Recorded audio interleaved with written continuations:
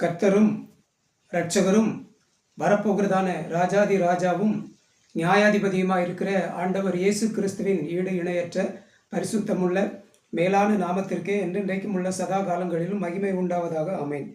கிறிஸ்துவுக்குள் மிகவும் அன்பான தேவ பிள்ளைகளே, நேற்றைய தினத்திலும் வெளிப்படுத்தின விசேஷத்திலிருந்து 20ஆம் அதிகாரத்திலிருந்து ஒரு சில காரியங்களை தியானித்தோம். அன்பான தெய்வ பிள்ளைகளே, அதாவது கடைசியில் அந்த 1000 வருஷம் அரசாட்சி முடியும் போது 2ஆம் உயிர்த்தெழுதல் நடக்கிறது. பிசாசானவன் பாதாளத்தில் 1000 வருஷம் கட்டப்பட்டு காவலில் வைக்கப்பட்டிருந்த அந்த பிசாசானவன் விடுதலையாக்கப்படுகிறான். அப்பொழுது 1000 வருஷ அரசாட்சிக்கு முன்பாக மரித்து போன புறஜாதிகள், ரட்சிக்கப்படாதவர்கள் அனைவரும் அப்பொழுது உயிர்த்தெழுகிறார்கள். அந்த பிசாசு விடுதலையாக்கப்படும் பொழுது மரித்த மற்றவர்கள், புறஜாதியை சேர்ந்தவர்கள் மற்றவர்கள் எல்லாரும் உயிர்த்தெழுகிறார்கள் அப்படின்னு சொல்லி பிரசங்கம் பண்ணேன். அன்பான தெய்வ பிள்ளைகளே, ஆகவே 1000 வருஷம் அரசாட்சி முடியும் பொழுது 2ஆம் உயிர்த்தெழுதல் நடக்கிறது என்று நான் உங்களுக்கு பிரசங்கம் பண்ணேன். அன்பான தெய்வ பிள்ளைகளே, அதன் தொடர்ச்சியை பரிசுத்த ஆவியானுடைய ஏவுதலினால இந்த காணொலியிலே நான் உங்களுக்கு முன்பாக கொண்டு வர விரும்புகிறேன். அன்பான தெய்வ பிள்ளைகளே, அங்கே நான் பார்க்கும் பொழுது அப்படி 2ஆம் உயிர்த்தெழுதல் நடக்கிற அந்த சூழ்நிலையில் அந்த பிசாசானவன் காவலிலிருந்து விடுதலையாக்கப்படும் பொழுது, வெளிப்படுத்தின விசேஷம் 20ஆம் அதிகாரம் 7ஆம் வசனம், 8ஆம் வசனம், 9ஆம் வசனம், அந்த 1000 வருஷம் முடியும் போது சாத்தான் தன் காவலில் இருந்து விடுதலையாகி, சரிங்களா, விடுதலையாகி பூமியின் 4 திசைகளிலும் உள்ள ஜாதிகளாகிய கோகையும் மாகோகையும் மோசம் போக்கும் படிக்கும் அவர்களை யுத்தத்திற்கு கூட்டிக் கொள்ளும் படிக்கும் புறப்படுவான். அவர்களுடைய தொகை கடற்கரை மணலத்தினையாயிருக்கும். அவர்கள் பூமி எங்கும் பரம்பி பரிசுத்தவான்களுடைய பாளையத்தையும் பிரியமான நகரத்தையும் வளைந்து கொண்டார்கள். அப்பொழுது தேவனால் வானத்திலிருந்து அக்கினி இறங்கி அவர்களை பட்சித்து போட்டது. சரிங்களா, இது 1000 வருஷ அரசாட்சி முடியும் போது நடக்கிறது. அன்பான தெய்வ பிள்ளைகளை, சரிங்களா. அப்போ இதை எப்படி பிரசங்கம் பண்றாங்க அப்படின்னு சொன்னா, 8ஆம் வசனம், பூமியின் 4 திசைகளிலும் உள்ள ஜாதிகளாகிய கோகையும் மாகோகையும் மோசம் போக்கும் படிக்கும் அப்படின்னு சொல்லியிருக்குல்ல. அப்போ இவங்க என்ன பிரசங்கம் பண்றாங்க அப்படின்னு சொன்னா, இந்த 1000 வருஷம் அரசாட்சியில கோகு மாகோகு என்கிற ஜாதியார் இருந்தார்கள். ஆண்டவர் இயேசு கிறிஸ்துவின் 1000 வருஷ அரசாட்சியில அவர்களும் இருந்தார்கள். ஆனா அவர்கள் ஆண்டவராய் இயேசு கிறிஸ்துக்கு விரோதமாக இருந்தார்கள். ஆகவே இந்த பிசாசு காவலிலிருந்து விடுபட்ட உடனே அவர்களை தன்னோடு கூட சேர்த்து கொண்டான் அப்படின்னு சொல்லி பிரசங்கம் பண்றாங்க. அன்பான தெய்வ பிள்ளைகளே, மறுபடியும் சொல்றேன், நான் அந்த பிரசங்கத்தை கேட்டிருக்கேன். சரிங்களா, அன்பானவர்களே, 1000 வருஷ அரசாட்சியில புறஜாதி ஜனங்களும் இருந்தார்கள் அப்படின்னு சொல்லி பிரசங்கம் பண்றாங்க. அன்பான தெய்வ பிள்ளைகள், அது 100க்கு 100 தவறான உபதேசம். 100க்கு 100 தவறான உபதேசம். 1000 வருஷ அரசாட்சியில புறஜாதிகள், ரட்சிக்கப்படாதவர்கள் யாருமே போக முடியாது. ஒன்லி ரட்சிக்கப்பட்டவர்கள் தேவ பிள்ளைகள் மாத்திரம்தான் 1000 வருஷ அரசாட்சியில. அதை புரிஞ்சுக்குங்க, சரிங்களா. எல்லாருமே ஆளுகை செய்கிறவர்களாக இருப்பாங்க அப்படின்னு நினைக்காதீங்க. அதுவும் நமக்கு தப்பான உபதேசம் கிடையாது. அவனுடைய கிரியைகளுக்கு தக்க பலனை அவர் கொண்டு வருவார், அவரோடு கூட கொண்டு வருவார் அப்படின்னு சொல்லி இருக்குது. சரிங்களா, நம்ம எப்படி ஆண்டவருக்காக வாழ்ந்தோமோ, எப்படி ஆண்டவருக்காக பிரயாசப்பட்டோமோ அதுக்கு ஏற்றபடி பலனை கொடுப்பார். எல்லாரும் ஆளுகை செய்கிறவர்கள் கிடையாது. ஆளுகை செய்வதற்கு ஏற்ற விதத்தில் கனி கொடுத்தவர்களுக்கு ஆளுகையை கொடுப்பாரு. சரிங்களா, குடிஜனங்களாக, குடிமக்களாக இருக்க தகுதியுள்ள மக்களுக்கு குடிமக்களாக இருப்பதற்கு ஆண்டவர் அங்கே கொடுப்பாரு. சரிங்களா, ஆனால் புறஜாதி மக்கள் நிச்சயமா 1000 வருஷ அரசாட்சியில கிடையாது, இல்லை என்பதை உங்களுக்கு நான் ஆணித்தரமாக சொல்லுகிறேன். அன்பான தெய்வ பிள்ளைகளே, சரிங்களா. அந்த பூமியின் 4 திசைகளிலும் உள்ள கோகு மாகோகு அப்படின்னு சொன்னா அவங்க எல்லாரும் மரித்து போனவர்கள். சரிங்களா, 1000 வருஷ அரசாட்சி முடியும் பொழுது 2ஆம் உயிர்த்தெழுதல் நடக்கல. அதுல அவங்க உயிர்த்தெழுந்தாங்க. அதுல உயிர்த்தெழுந்து பூமியின் 4 பக்கத்துல அவங்க உயிர்த்தெழுந்து இருக்கிறாங்க. அவங்கள அந்த விடுதலையான பிசாசு அவங்கள கூட சேர்த்துக் கொள்கிறான். அன்பான தெய்வ பிள்ளைகளை, இதை நீங்கள் புரிந்து கொள்ள வேண்டும். சரியா, அன்பான தெய்வ பிள்ளைகளை, எசேக்கியேல் தீர்க்கதரிசன புஸ்தகம் 39வது அதிகாரம், எசேக்கியேல் தீர்க்க தரிசன புஸ்தகம் 39வது அதிகாரத்தில் வாசித்தால் அங்கேயும் இதை பற்றி தெளிவாக ஆண்டவர் பதிவு செய்து வைத்திருக்கிறார். அன்பான தேவ பிள்ளைகளை, சரிங்களா? எசேக்கியேல் 39 17ஆம் வசனத்திலிருந்து 20ஆம் வசனம் வரைக்கும், சரிங்களா? 17ஆம் வசனத்திலிருந்து 20ஆம் வசனம் வரைக்கும்.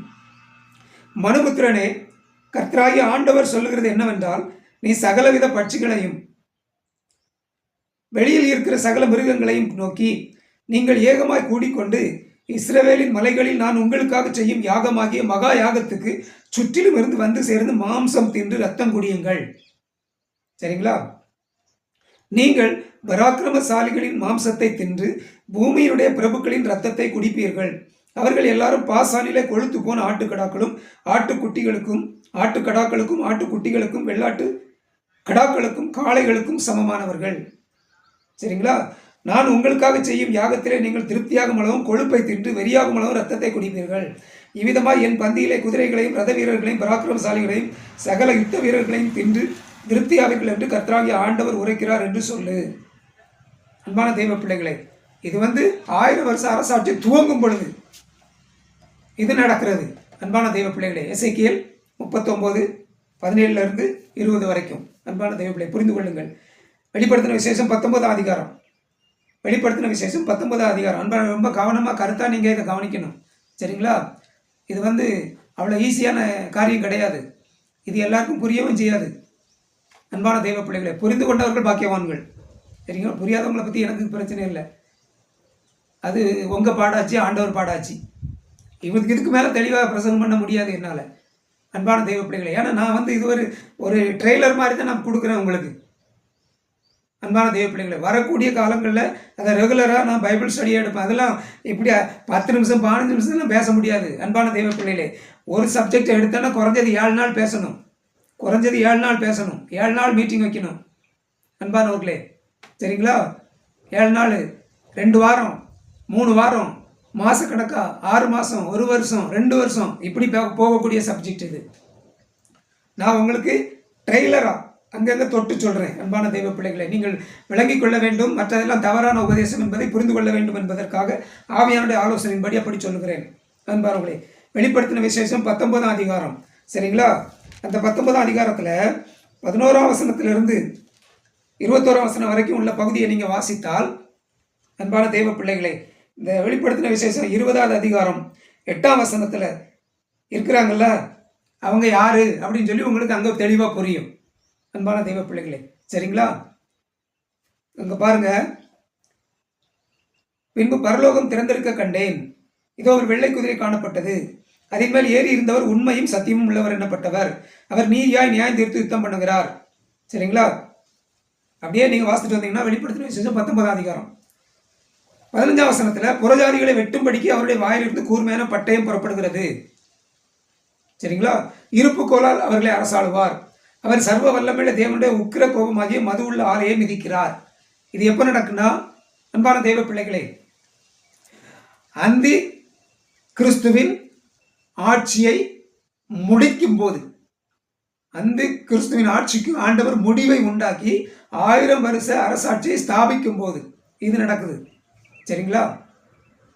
புறஜாதிகளை வெட்டும்படிக்கு, அதாவது அந்தி கிறிஸ்துவின் ராஜ்யத்துக்குள்ள இருந்த புறஜாதிகள் அனைவரையும், ரட்சிக்கப்படாதவர்கள் அனைவரையும், சரிங்களா, வெட்டும்படிக்கு. ஏன்னா ரட்சிக்கப்பட்ட பரிசுத்த ஜாதியானவர்கள் எல்லாரும் இப்போ ஆண்டவர் இயேசு கிறிஸ்துவோடு போயிட்டாங்க. புரிஞ்சுக்குங்க. ஏன்னா உயிரோடு இருந்தவர்கள் அந்த தேவனால் பாதுகாக்கப்பட்ட இடத்துக்குள்ளே, தேவனால் ஆயத்தமாக்கப்பட்ட இடமாகிய அந்த கிறிஸ்துவின் ராஜ்யத்துக்குள்ளே இருந்தவர்கள் அந்த ராஜ்யத்தோட கிறிஸ்துவோடு சேர்ந்து கொண்டார்கள். மரித்து போன, கர்த்தருக்குள் மரித்த மற்ற பரிசுத்தவான்கள் எல்லாரும் முதலாம் உயிர்த்தெழுதலில் உயிர்ந்து அவர்களோடு சேர்ந்து கொண்டார்கள். அவங்க எல்லாருமே ரட்சிக்கப்பட்டவர்கள் அனைவருமே ஆண்டவர் இயேசு கிறிஸ்துவோடு இருக்கிறாங்க. பூமியில ஒருத்தருமே இல்லை. சரிங்களா? பூமியில ஒருத்தருமே இல்லை. அன்பான தெய்வ பிள்ளைகளே, ரட்சிக்கப்படாதவர்கள் மட்டும்தான் இருக்காங்க, புறஜாதிகள் மட்டும்தான் இருக்காங்க. ஆகவே அந்த புறஜாதிகளை வெட்டும்படிக்கு அவருடைய வாயிலிருந்து கூர்மையான பட்டயம் புறப்படுகிறது அப்படின்னு அங்கே எழுதியிருக்குது. அன்பான தெய்வ பிள்ளைகளே, சரிங்களா? அப்புறம் 17ஆம் வசனத்தில் வாசித்தால், பின்பு ஒரு தூதன் சூரியனில் நிற்க கண்டேன். அவன் வானத்தின் மத்தியில் பறக்கிற சகல பறவைகளையும் பார்த்து, நீங்கள் ராஜாக்களின் மாம்சத்தையும் சேனை தலைவர்களின் மாம்சத்தையும் பலவான்களின் மாம்சத்தையும் குதிரைகளின் மாம்சத்தையும் அவைகளின் மேல் ஏறி இருக்கிறவர்களின் மாம்சத்தையும் சுயாதீனர் அடிமைகள் சிறியோர் பெரியோர் இவர்கள் எல்லாருடைய மாம்சத்தையும் பட்சிக்கும்படிக்கு பட்சிக்கும்படிக்குன்னா சாப்பிடும்படிக்கு மகாதேவன் கொடுக்கும் விருந்துக்கு கூடி வாருங்கள் என்று மிகுந்த சத்தத்தோட கூப்பிட்டான். இதே சம்பவம் தான் எசேக்கியேல் தீர்க்கதரிசன புஸ்தகம் 39 அதிகாரம் 17 வசனத்திலிருந்து 20 வசனம் வரைக்கும் எழுதப்பட்டிருக்கு. சரிங்களா? எத்தனையோ நூற்றுக்கணக்கான ஆயிரக்கணக்கான வருடங்களுக்கு முன்பாக அந்த தீர்க்க தரிசனம் அங்கே உரைக்கப்பட்டிருக்கிறது. அன்பான தெய்வ பிள்ளைகளே, இதே சம்பவம். சரிங்களா? அதை நீங்கள் புரிந்து கொள்ளுங்கள். அங்கேயும் ஆகாயத்து பறவைகளை அந்த யாகத்துக்கு வாருங்கள் அப்படின்னு சொல்லி அழைப்பு கொடுக்கிறதை நாம் பார்க்கிறோம். அன்பான தெய்வ பிள்ளைகளை, சரிங்களா? புரிந்து கொள்ளுங்கள். அப்புறம் 19 வசனம், வெளிப்படுத்தின விசேஷம் 19:19. பின்பு மிருகமும் பூமியின் ராஜாக்களும் அவர்களுடைய சேனைகளும் குதிரையின் மேல் ஏறி இருக்கிறவரோடும், அதாவது ஆண்டவராகிய இயேசு கிறிஸ்துவோடும் அவருடைய சேனையோடும் யுத்தம் பண்ணும்படிக்கு கூடி வர கண்டேன். சரிங்களா? அவருடைய சேனையோடும் யுத்தம் பண்ணும்படிக்கு கூடி வர கண்டேன். 20 வசனம், அப்பொழுது மிருகம் பிடிக்கப்பட்டது. சரிங்களா? அந்தி கிறிஸ்து. மிருகம் அப்படின்னா அந்தி கிறிஸ்து. அன்பானவர்களே, மிருகம் பிடிக்கப்பட்டது. சரிங்களா? மிருகத்தின் முன்பாக செய்த அற்புதங்களால் அதன் முத்திரையை தரித்தவர்களையும் அதன் சொரூபத்தை வணங்கினவர்களையும் மோசம் போக்கின கள்ள தீர்க்கதரிசியும் கூட பிடிக்கப்பட்டான். சரிங்களா? அந்தி கிறிஸ்துவும் கள்ள தீர்க்கதரிசியும் பிடிக்கப்பட்டார்கள். அந்த அந்தி கிறிஸ்துவனுடைய ஆட்சியை ஆண்டவர் முடித்து வைக்கும் பொழுது, சரிங்களா, அவனுடைய ஆட்சிக்கு முடிவை உண்டாக்கி, அந்தி கிறிஸ்துவின் ராஜ்யத்துக்கு முடிவை உண்டாக்கி 1000 வருஷ அரசாட்சியை ஸ்தாபிப்பதற்கு முன்பாக இது நடக்கிறது. அன்பான தெய்வ பிள்ளைகளே, சரிங்களா? மிருகம் பிடிக்கப்பட்டது, கள்ள தீர்க்கதரிசியும் பிடிக்கப்பட்டான். அப்புறம் இருவரும் கந்தகம் எரிகிற அக்கினி கடலிலே உயிரோடே தள்ளப்பட்டார்கள். சரிங்களா? மிருகமும் கள்ள தீர்க்கதரிசியும். சரிங்களா? அன்பான தெய்வ பிள்ளைகளே, இந்த பிசாசினுடைய திருத்துவம் என்ன அப்படின்னு சொன்னால், வலு சர்ப்பம், மிருகம், கள்ள தீர்க்கதரிசி. இது பிசாசினுடைய திருத்துவம். அதை புரிந்து கொள்ளுங்கள். கள்ள தீர்க்கதரிசினாலும் பிசாசு தான், மிருகம் அப்படின்னாலும் பிசாசு தான், வலு சர்ப்பம்னாலும் பிசாசு தான். புரிந்து கொள்ளுங்கள்.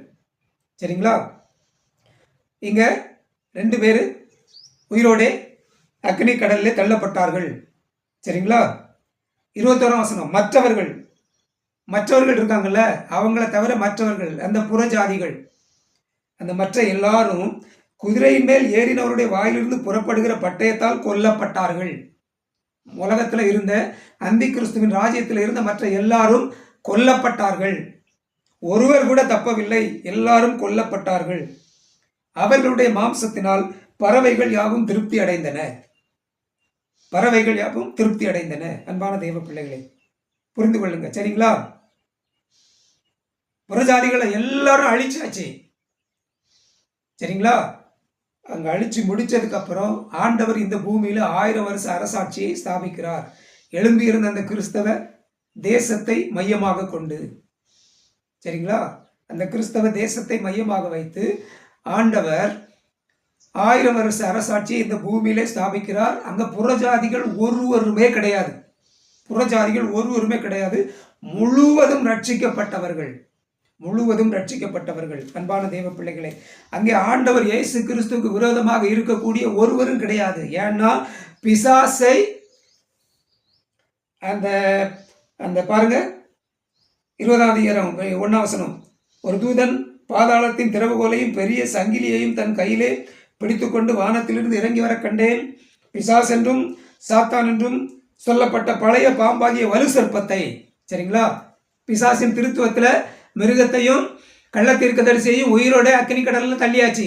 இப்போ வலு சர்ப்பம் தான் மீதியா இருக்கு. பிசாசின் திருத்துவத்துல வலு சர்ப்பம் தான் மீதியா இருக்கு. அந்த வலு சர்ப்பத்தை அந்த தூதன் என்ன செய்யலாம், சங்கிலினால் கட்டி 1000 வருஷம் அளவும் அதை பாதாளத்துல தள்ளி அடைத்தான். இப்போ 1000 வருஷ அரசாட்சியில பிசாசுக்கு இடமே இல்லைங்க. பிசாசுக்கு இடமே இல்லை. அப்படி இருக்கும் பொழுது அங்கே ஆண்டவர் இயேசு கிறிஸ்து விரோதமாக யார் இருக்க முடியும்?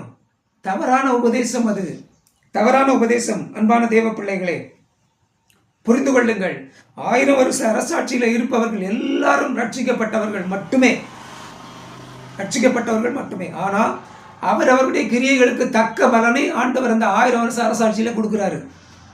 அதை புரிந்து கொள்ளுங்கள் அன்பான தெய்வ பிள்ளைகளே. அதை நான் பின்னால் வரும்போது நான் உங்களுக்கு அதை நான் தெளிவாக சொல்கிறேன். அப்போது நீங்கள் இதை நிச்சயமாக புரிந்து கொள்ள வேண்டும். சரிங்களா? 1000 வருஷ அரசாட்சியில் புறஜாதிகள் ஒருவருமே கிடையாது, ஒருவருமே கிடையாது. சரிங்களா? அப்போது 1000 வருஷ அரசாட்சி முடியும் பொழுது பிசாசானவன் விடுதலையாக்கப்படும் பொழுது 2ஆம் உயிர்த்தெழுதல் நடக்கிறது. 1000 வருஷம் அரசாட்சி ஸ்தாபிக்கப்படுவதற்கு முன்பாக அந்தி கிறிஸ்துவின் ராஜ்யத்துக்கு ஆண்டவர் முடிவாக்கும் பொழுது அந்தி கிறிஸ்துவின் ராஜ்யத்துக்குள்ளே இருந்த புறஜாதிகள் அனைவரையும் அவருடைய வாயிலிருந்து புறப்பட்ட பட்டயத்தால் கொல்லப்பட்டவர்கள், அவங்க எல்லாரும் கொல்லப்பட்டாங்க. சரிங்களா? அவங்க எல்லாரும் பாதாளத்தில் கிடக்கிறாங்க. அன்பான தெய்வ பிள்ளைகளே, 1000 வருஷம் அரசாட்சி முடியும் பொழுது பிசாசு பாதாளத்தில் அடைக்கப்பட்டிருந்த வலு சர்ப்பம் விடுதலையாக்கப்படும் பொழுது அந்த மற்ற புறஜாதி ஜனங்கள் எல்லாரும், சரிங்களா, உலக துவக்கத்திலிருந்து மரித்து போன புறஜாதிகள் எல்லாருக்கும் அப்பொழுது உயிர்த்தெழுதல் நடக்கிறது. அதுதான் 2ஆம் உயிர்த்தெழுதல். அந்த உயிர்த்தெழுந்த அவர்கள் எல்லாரும் அவங்க ஏரியாவில் அங்கங்கே இருக்கிறாங்க. அவர்கள் எல்லாரையும் அந்த வலு சர்ப்பமானது, அந்த பிசாசானது கூட்டி சேர்த்து ஆண்டவரோடு யுத்தத்துக்கு வருகிறது அன்பான தெய்வ பிள்ளைகளே. சரிங்களா? அப்படி வரும்பொழுது வெளிப்படுத்தின விசேஷம் 20ஆம் அதிகாரம் 9ஆம் வசனத்தில் வாசிக்கிறோம். அப்பொழுது தேவனால் வானத்திலிருந்து அக்கினி இறங்கி அவர்களை பட்சித்து போட்டது. சரிங்களா?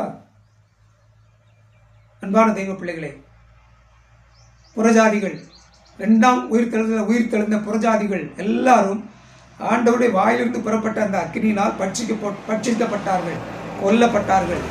அன்பான தெய்வ பிள்ளைகளே, சரிங்களா? 10வது வசனம் வெளிப்படுத்தின விசேஷம் 20:10.